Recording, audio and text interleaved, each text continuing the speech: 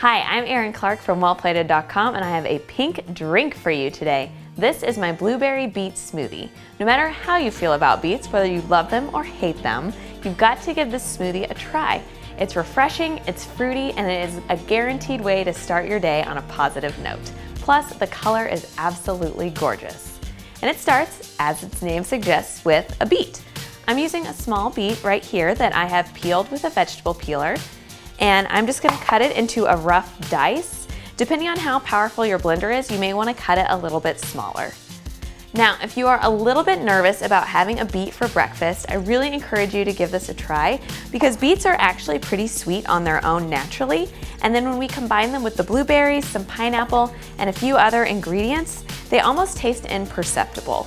All right, so to my blender, I'm going to add a half cup of almond milk. You can use any kind of milk you like. A full cup of blueberries.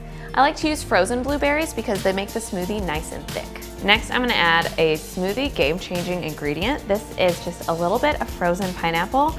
I don't know what it is about pineapple, but whenever I have a quote-unquote questionable ingredient in a smoothie, in our case it's beets or it might be kale, the pineapple just completely neutralizes the flavor and it adds a really beautiful natural sweetness too. Plus, pineapple just makes me think of vacation, and that is always a good thing.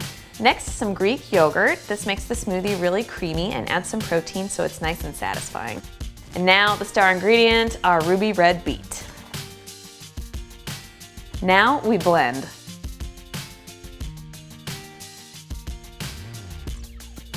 All right, let's check it out. Ooh, I can smell that pineapple and blueberry. Now at this point, if you want your smoothie to have a little bit more sweetness, you can add some honey. I'm feeling just a little sweet today, so I'm gonna drizzle some in. Very scientific here, I'm calling it one squeeze. And then if you want your smoothie a little thicker, you can add a couple of ice cubes too. I'm perfectly happy with it just how it is.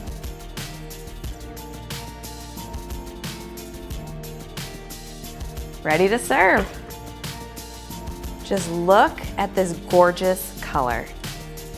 Now, you can enjoy all of this smoothie now, or you can actually throw a lid on it and keep it in your refrigerator overnight, then stir it up the next day. So this is a great make-ahead breakfast option too.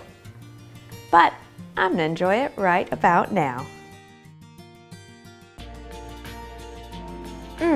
It's so creamy and I'm really getting that little bit of brightness from the pineapple, and the beet is there, but it is super, super subtle. I'm Erin Clarke from wellplated.com and I hope this blueberry beet smoothie brightens up your morning. Thanks so much for watching.